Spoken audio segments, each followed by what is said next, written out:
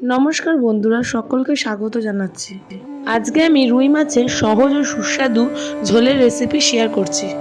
আশা করছি আজকের এই রেসিপি আপনাদের ভালো লাগবে। ভালো লাগলে অবশ্যই লাইক ও সাবস্ক্রাইব করে দেবেন।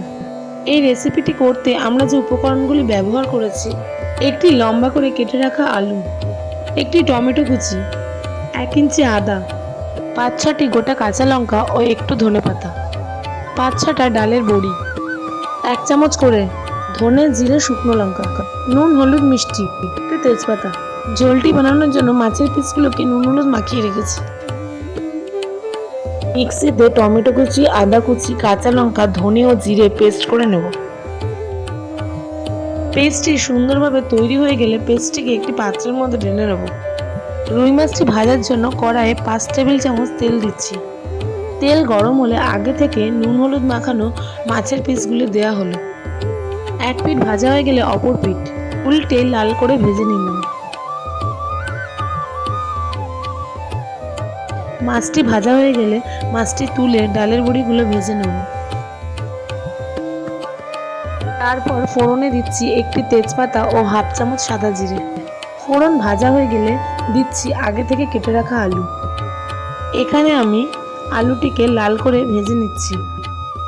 দিয়ে দিচ্ছি পেস্ট করে রাখা মশলাটি। দিচ্ছি 1 চামচ নুন, 1 চামচ হলুদ, 1 চামচ লঙ্কা গুঁড়ো, আর দিচ্ছি 1/2 চামচ চিনি। এবার আমি মশলাটি ভালো করে নেড়েচেড়ে দিয়ে দিচ্ছি 5-6টা গোটা কাঁচা লঙ্কা। গ্যাসের ফ্লেমটিকে লোতে রেখে মিনিট 15-এর জন্য মশলাটিকে ভালোভাবে কষিয়ে নিচ্ছি। তো বন্ধুরা, দেখতেই পাচ্ছ মশলা ভালো মতো কষে তেল ছেড়ে গেছে। ঝোলটি বানানোর জন্য দিয়ে দিলাম 1 গ্লাস জল। ঝোল একটু ফুটে এলে দিয়ে দিচ্ছি আগে থেকে ভেজে রাখা রুই মাছের পিস ও ডালের বড়িগুলো। এবার গ্যাসের ফ্লেমটিকে বাড়িয়ে ঝোলটিকে ভালো করে ফুটতে দেওয়া হলো। ঝোলও ফুটে এসেছে, তার সাথে সাথে আমাদের রেসিপিটিও তৈরি। বন্ধুরা, কেমন লাগলো আমার এই রেসিপিটি?